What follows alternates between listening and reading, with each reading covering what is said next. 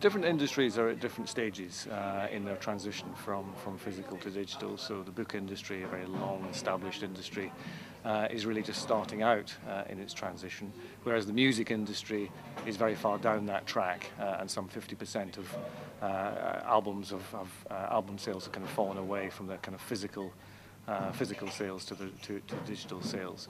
So different industries are at different stages, and much will depend as well on the kind of infrastructure around physical, whether that's the retail infrastructure, the broadcasting infrastructure, and so on as well. So there are certain kind of barriers to the speed of change as well, which people often forget about.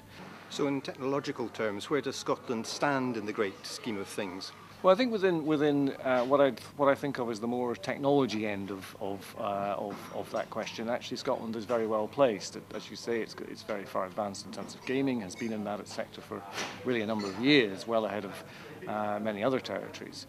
On the other hand, things like just general online consumption by kind of general consumers within Scotland is not particularly advanced. If anything, it's probably slightly behind territories such as England and other parts of Western Europe.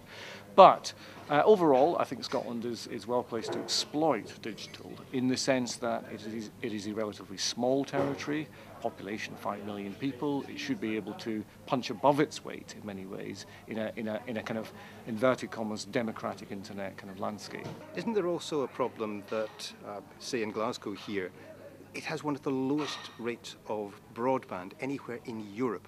Yeah, I think just general kind of broadband connectedness, wireless connectedness and so on is actually relatively weak in Scotland overall.